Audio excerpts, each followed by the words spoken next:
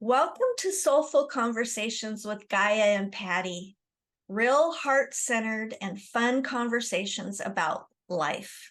In this Soulful Conversation with Gaia and Patti, we'll be chatting about stopping procrastinating and setting goals for the new year.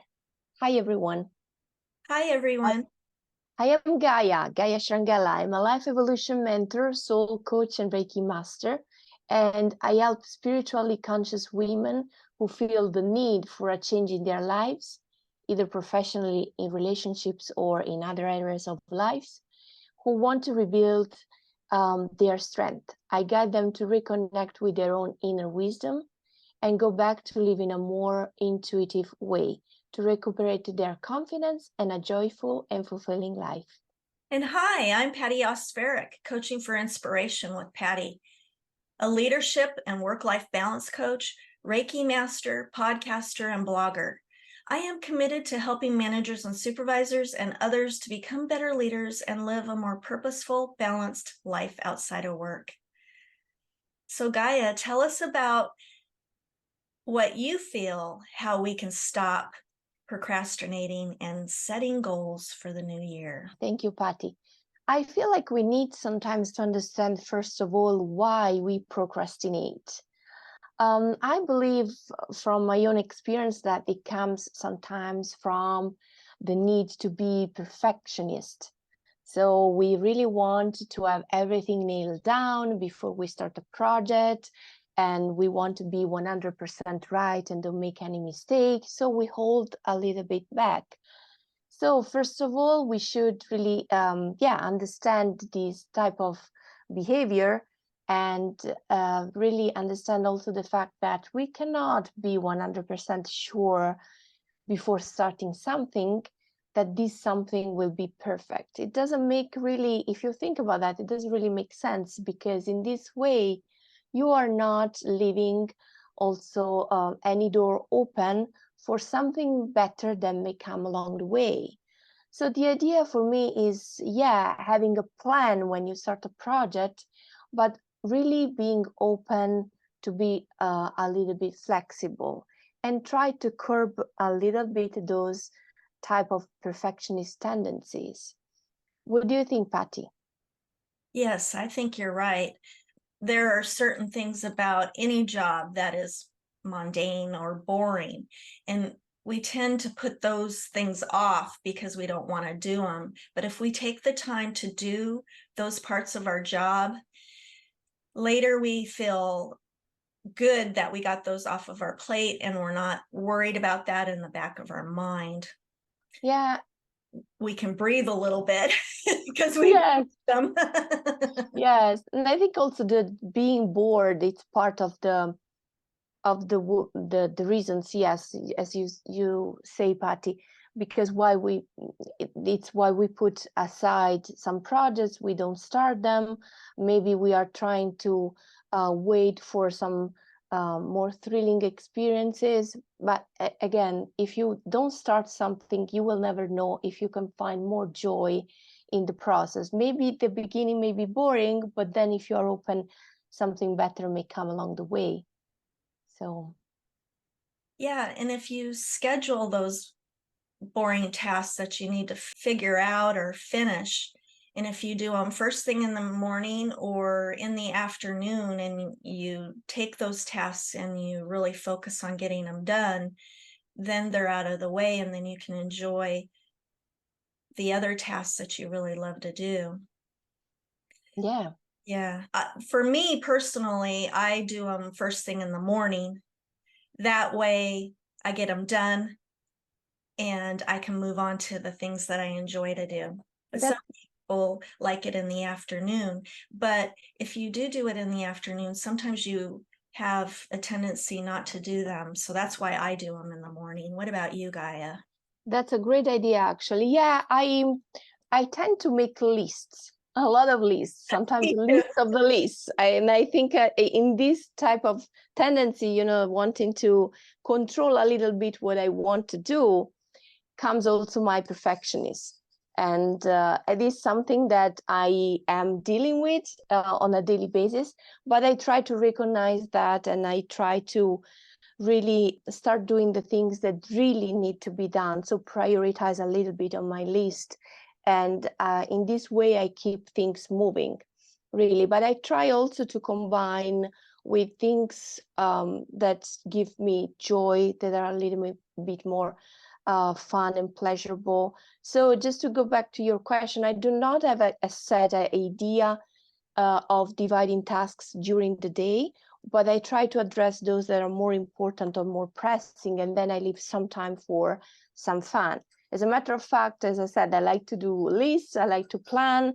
And one thing that I've started to do several years ago, and I do every end of the year also to set new goals, it's just buying a normal paper planning, like this one. And I started to really enjoy a little bit more of creativity, sticking some stickers on top of the different pages to remind myself of important appointments. I even bought some colored decorative tapes this year just to make my own planner. At a certain point, I said, why I cannot enjoy a little bit of creativity, but also make a sort of planner, which is also a sort of scrapbooking type of notebook. So that's what I'm doing. That's what little projects that I'm cultivating towards the end of the year in order to be more prepared for next year. And that's so fun because you can put the stickers on and you've accomplished something. And yes, being creative, that's a great idea, especially with setting goals. Yeah, Making it fun. Yeah, I think it's important because then they become less boring, and it really takes few minutes of your time to really, use some stickers, some colored pens, and you feel really that your creativity is a little bit going more. Right. So, yeah. Right. One of the things that you had said kind of reminded me of our video confidence mentor, Nolene Sliney, when she would say about, it will never be perfect. Just go ahead and do it. And a lot of people are so much into perfection that they give up and they never put anything out or finish anything because they want it perfect. Well, it's never going to be perfect. And having it imperfectly done is better than perfect undone, right? Yeah, and I think also part of the problem is because we start thinking about a project, something we want to accomplish, and it scares us because maybe it's a big endeavor. But then I think it's important to start, dividing this project in little mini tasks and start to addressing some of those, really eating, how to say, the elephant one bite at a time, really. So that can help. Yeah.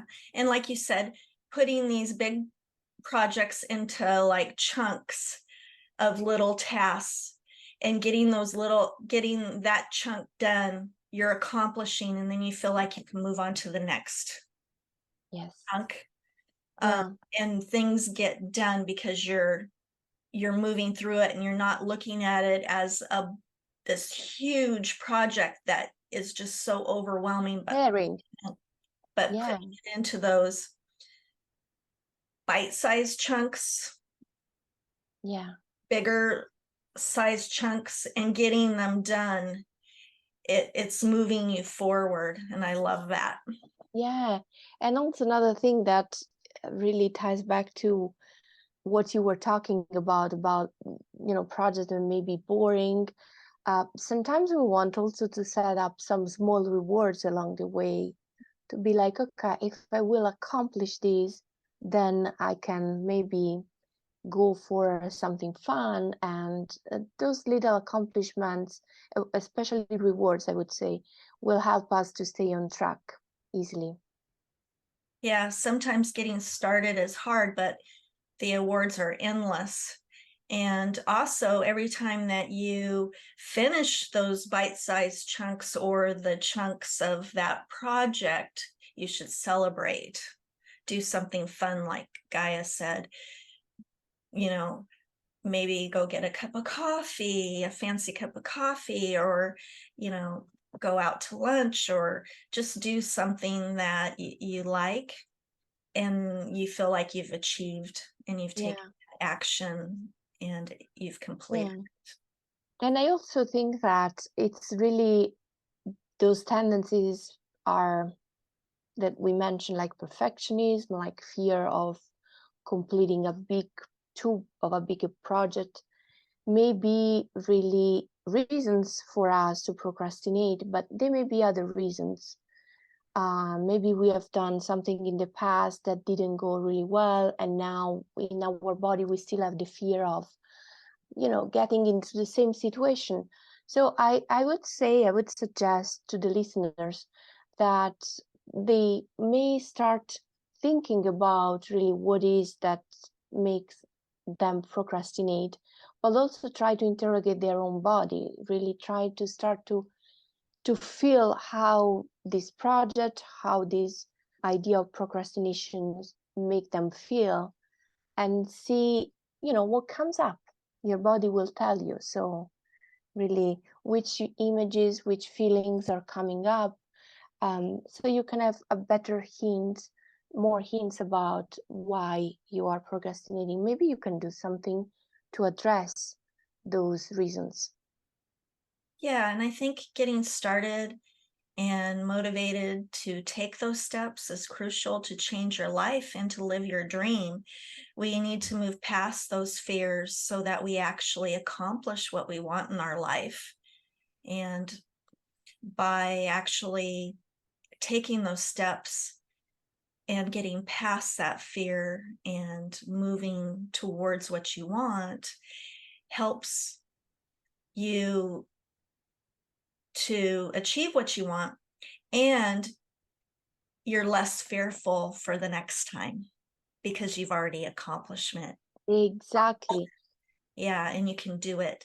And each time we'll get more and more comfortable as you tackle these things that are hard, but you can do it because you've done it before and move past those fears.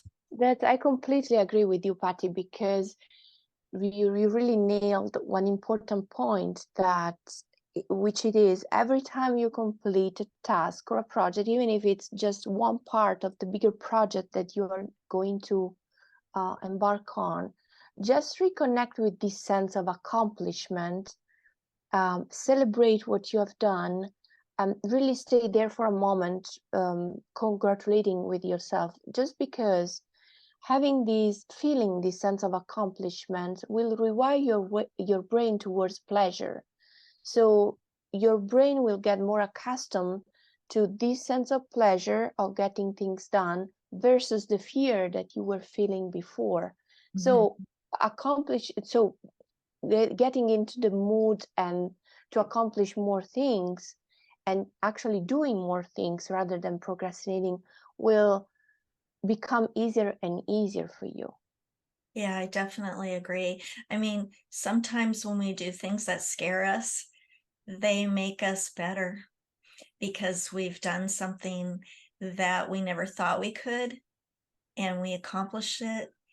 And that feeling afterwards, like you said, Gaia, is a good feeling that you took that on and you were able to do it, and you learned along the way. You might have made some mistakes along the way, but now you know how to maneuver around those obstacles, and you have achieved what you wanted to achieve.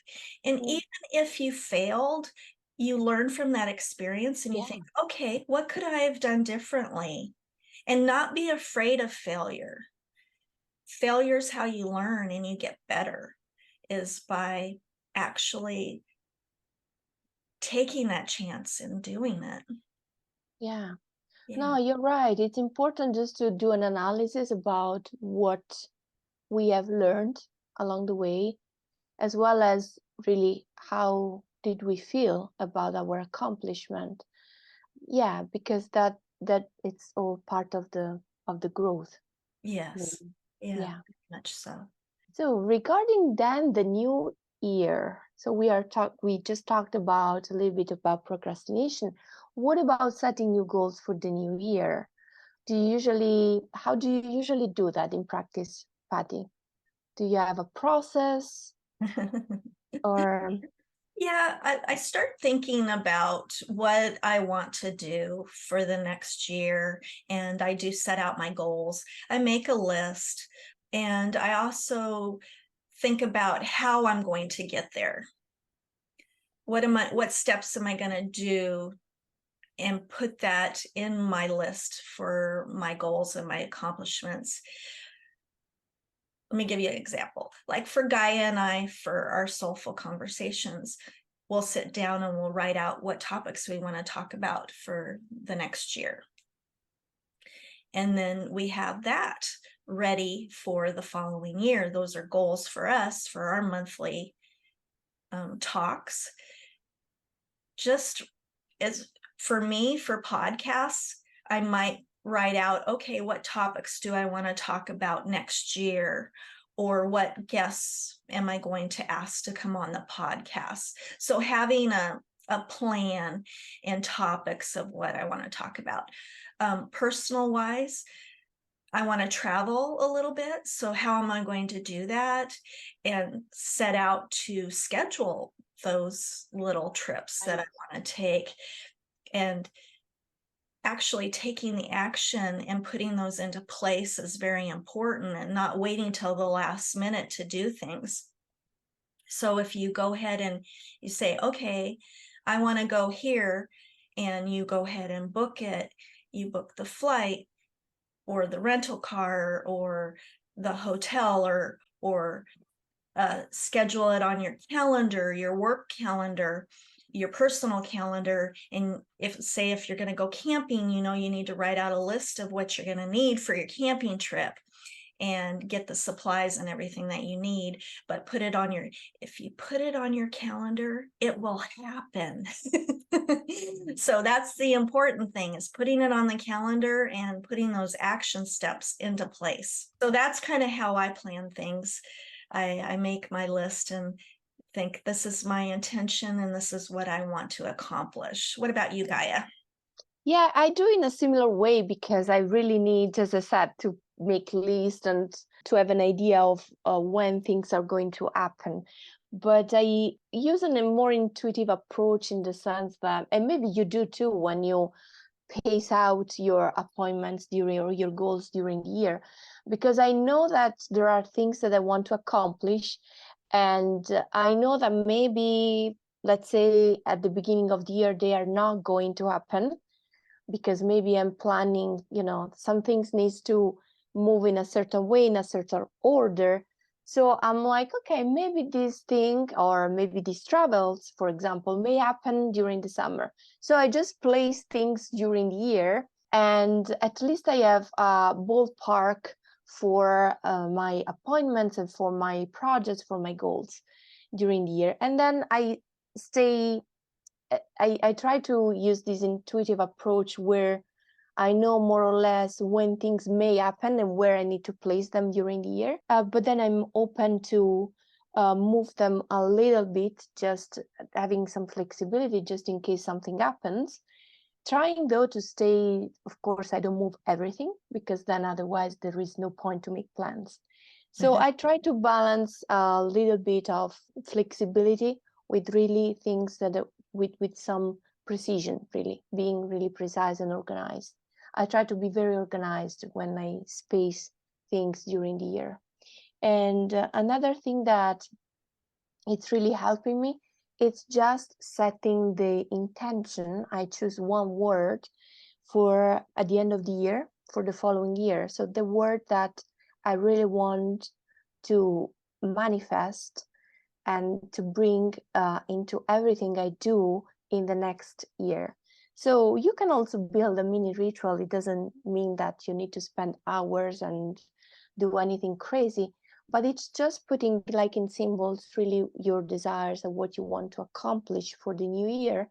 Maybe just lighting a little candle and setting aside 5-10 minutes really to reflect about what you want to bring into the new year for you. And for me, for example, last year was the word I reflected upon was connection.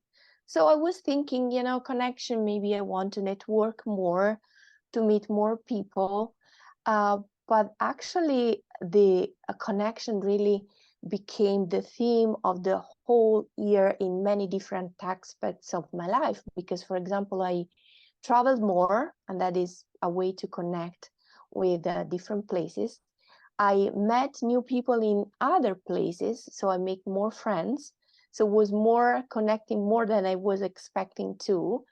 And I actually started to open up more and have more time to connect with myself, which is something I didn't expect when I put out the word connect. I was thinking to connect with the other people, especially for work reasons, but actually became really a theme that covered 360-degree my whole year. So really be careful what you're wishing for the new year, but really I think setting the intention and just choosing a word that will represent your year, it may be helpful for you. Yes. And I've set my word for next year for being more visible or more exposure.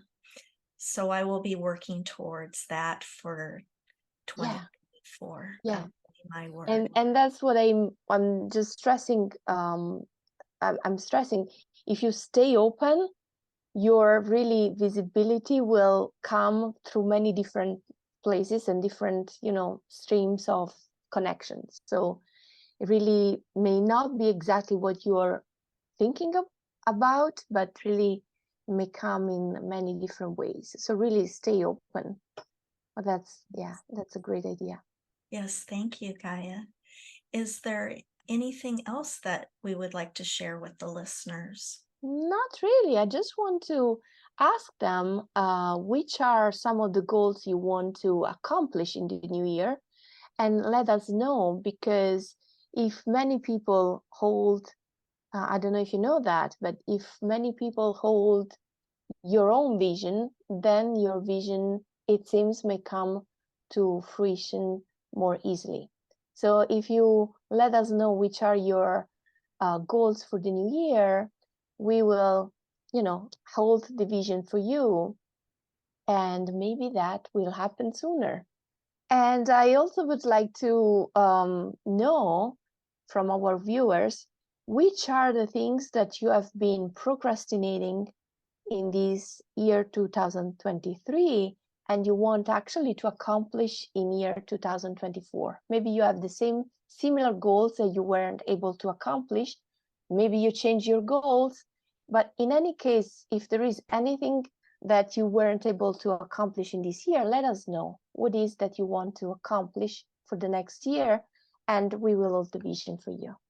So viewers, what are some successful goals you created for yourself, whether it's the past, and what goals are you thinking about for this year?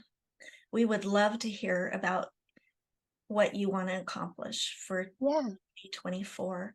And thank you for watching, and please leave a comment, like and follow Gaia and I. Thank you so much for watching. Thank you so much. Bye-bye. Bye-bye.